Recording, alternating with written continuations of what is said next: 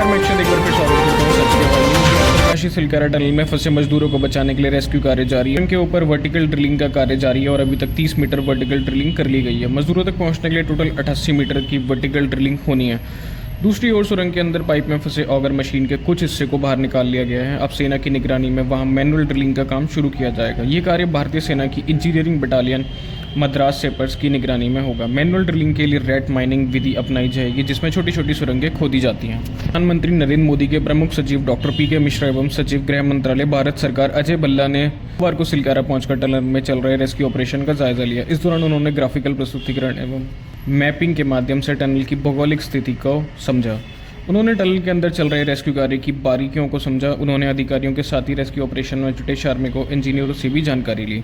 उन्होंने rescue operation में जुटे सभी श्रमिकों का हौसला बढ़ाया। से गंगा स्नान कर घर लौट रहे श्रद्धालुओं की कार हाईवे पर क्रिस्टल वर्ल्ड के सामने नाले की पुलिया से टकरा गई।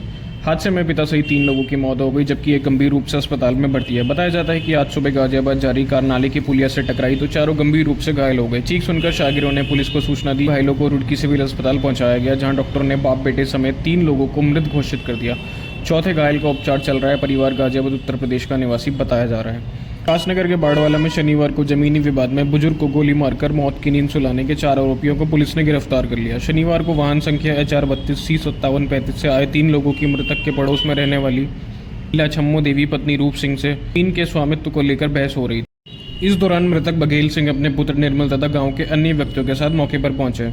आरोपियों ने अपने आप को गिरा हुआ देखकर फायर कर दिया, जिससे मृतक घायल हो गए।